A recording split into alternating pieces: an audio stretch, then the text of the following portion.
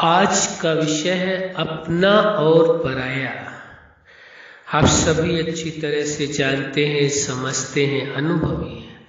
पूरी दुनिया के अंदर यह बात अवश्य की जाती है कि अपना और पराया कौन है। अपना कौन है, पराया कौन है, इस विषय में अवश्य बात की जाती है।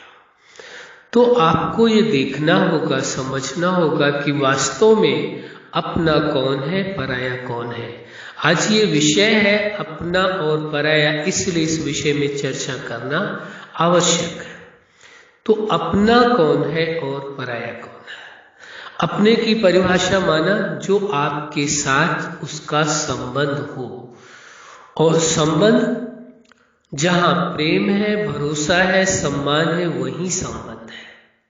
तो वास्तव में आपका अपना वही है जो आपसे प्रेम करता हो। आपसे प्रेम करने का मतलब आपके विचारों से प्रेम करता हो, आपकी भावनाओं से प्रेम करता हो, आपके निर्णय से प्रेम करता हो, और आपके जीवन के उद्देश्य से, लक्ष्य से प्रेम करता हो। वास्तव में वही आपसे प्रेम कर रहा है। दूसरा आता है भरोसा, कि कौन आपके विचारों पर भरोसा करता है, आपकी भावनाओं पर भरोसा करता है, आपके निर्णय पर भरोसा करता है, और आपके जीवन के उद्देश्य यानी लक्ष्य पर भरोसा करता है। तो वास्तव में वह आप पर भरोसा करता है, आपका अपना माना जाएगा। तीसरा है सम्मान। कौन आपके विचारों का सम्मान करता है, आपकी भावनाओं का सम्मान करता है, आपके निर्णय का सम्मान करता है, और आपके जीवन के उद्देश्य यानी लक्ष्य का सम्मान करता है, वही आपका अपना है। जो आपके भावनाओं को, विचारों को, निर्णय को और लक्ष्य को सम्मान करता हो, प्रेम करता हो, भरोसा करता हो, वास्तव में वही आपका अपना है। और अपने होने की बात कहने वाला व्यक्ति यदि आपके विचारों का सम्मान नहीं करता है, आपकी भावनाओं का सम्मान नहीं करता है, तो वास्तव में वह अपना नहीं है।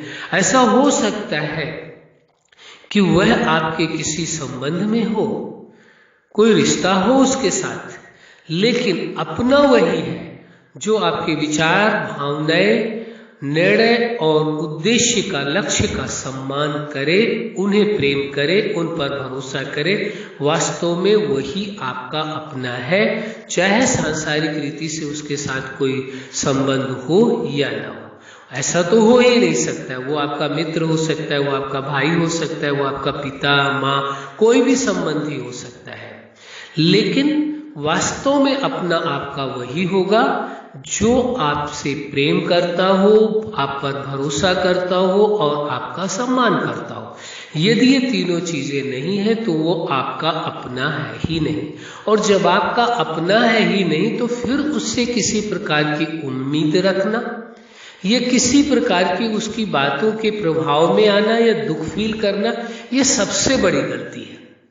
जब आपका अपना है ही नहीं, हो सकता है वो संबंध में कोई हो ऐसा संबंधी जो नजदीकी संबंधी हो, लेकिन वो आपका अपना नहीं है, क्योंकि उसने आपकी भावनाओं का, आपके विचारों का, आपके निर्णय का और आपके जीवन के उद्देश्य का सम्मान नहीं किया, प्रेम नहीं किया, भरोसा नहीं किया, तो आपका अपना हो ही नहीं सकता। वह जो रिश्ता होगा वो केवल वर्चुअल होगा, एक नाम का रिश्ता होगा, जिसे संबंध कहते हैं। वहां प्रेम, भरोसा और सम्मान होगा, और संबंध के बजाय उस संबंध को आप बंधन कह सकते हैं। संबंध का एक बंधन है जिसकी वजह से आप स्वीकार कर रहे हैं। वास्तव में वहां कोई अपनापन नहीं है, अपना नहीं है। और जब अपना ही नहीं है तो फिर किस श्रेणी में आता है, पराया की श्रेणी में आता है। तो जब अपना है ही नहीं तो फिर शिकायत किस बात की, उसके विषय में चिंतन किस बात का, उसकी बातों का दुख किस बात का, अफसोस किस बात का। तो ये वास्तविकता को समझ लेना आवश्यक है। दूसरा विषय आता है पराये की बात आती है, पराया किसे माना जाए। दूसरी दृष्टि से यदि आप देखते हैं और आप ये स्वीकार करते हैं कि आप वास्तव में चेतना है, जैसे जीवन है, प्रकृति के 5 तत्वों से निर्मित शरीर है और आप चेतना है, दोनों के मिलने से जीवन है। लेकिन जीवन दाता ने ही जीवन भी दिया है और चेतना भी, दोनों ही। तो इसलिए उस दृष्टि से यदि देखा जाए तो जगत नियंता, रचनाकार, जीवन दाता, सृष्टिकर्ता, ब्रह्मांड का रास्ता वह एक ही है, सुप्रीम सत्ता, और उसने सबका सृजन किया है। तो उस दृष्टि से यदि आप सोचते हैं, विचार करते हैं, फिर तो सभी आपके अपने हैं, पराये कोई नहीं है। आप सभी को अपना मानते हैं या नहीं मानते, ये आप पर निर्भर करता है। यदि आप मानते हैं तो वह आपके अपने हैं, लेकिन वह आपको माने या ना माने वो उन पर निर्भर करता है।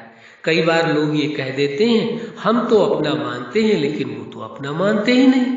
ठीक बात है, आपकी बात बहुत अच्छी है, लेकिन विचारणीय विषय है, आप किसी को जबरदस्ती मनवा नहीं सकते वो आपको अपना माने। हाँ, आप अपना मानना चाहते हैं, आपकी मर्जी है, आप मान सकते हैं। यदि आपके अंदर यह दृष्टिकोण है, जीवन दाता, जगत नियंता, उस सुप्रीम सत्ता जो रचनाकार है, सबसे बड़ा रचनाकार है, उसने ये जीवन आपको दिया है, सारा संसार आपको दिया है, संबंध दिए हैं, उस दृष्टि से देखते हैं तो आपके सभी अपने हैं, एक रचयिता है, उसकी ये सभी रचना है। उस दृष्टि से जब सभी एक हैं तो सबके प्रति अपनापन का भाव आप रख सकते हैं कि सभी मेरे अपने हैं। वो आपको अपना नहीं मानते या मानते हैं, ये उनका अपना विषय है, उनका अपना डिसीजन है, उनकी अपनी सोच है, उस पर आप कुछ नहीं कर सकते। उनके साथ जबरदस्ती नहीं की जा सकती है कि नहीं, जो मेरी सोच है, मेरी समझ है, मैं अपना मानता हूं सारे संसार को, तो आपको भी मानना होगा। नहीं, वो हो सकता है वो संबंधों को भी अपना ना माने, वो उनकी मर्जी, स्वतंत्रता है, क्योंकि उस जीवन दाता ने जीवन तो दिया है, दिमाग दिया है, सब कुछ दिया, लेकिन परम स्वतंत्रता भी दी है। कर्म की पूरी स्वतंत्रता है, लेकिन कर्म के आधार से जो फल मिल बनता है वो अवश्य लेना पड़ेगा, उसमें किसी को भी स्वतंत्रता नहीं है। इसलिए सत्य को स्वीकार कर लेने से आपके जीवन में खुशियां होंगी, प्रेम होगा, सुख होगा, आनंद होगा, आपको किसी से कोई शिकायत नहीं होगी, कोई टेंशन नहीं होगी, टेंशन फ्री लाइफ हो जाएगी। इसलिए बहुत जरूरी है इस सत्य को स्वीकार कर लेना कि अपना कौन है, पराया कौन है। पहले अपने की परिभाषा आपने समझ ली, जो आपके विचार, भावनाओं और निर्णय और साथ में आपके जीवन के उद्देश्य से प्रेम, भरोसा और सम्मान करता है, वही आपका अपना है। बाकी दूसरी दृष्टि में देखते हैं कि जीवन दाता ने सारे जगत को का निर्माण किया है, रचना किया, सभी उसकी रचना है, हर जीव उसकी रचना है। उस दृष्टि से सारा संसार आपका अपना है, कोई भी पराया है ही नहीं। इस दृष्टि से आप चलेंगे तो आपके जीवन में खुशियां ही खुशियां होंगी। अच्छा, आप अपने जीवन के हर क्षेत्र में सफल रहें, हर उद्देश्य में सफल रहें। आज का विषय है आपका अपना कौन। आपने इस सत्य को जान लिया तो आपके जीवन में अपना कौन है ये आप समझ रहे हैं। आपके जीवन में सदा खुशियां रहे, प्रेम रहे, सुख रहे, आनंद रहे, सभी आपके अपने होकर के रहें और आप सभी के अपने होकर के रहें। यही हमारी हार्दिक शुभकामना है। सदा खुश रहें, मुस्कुराते रहें। धन्यवाद।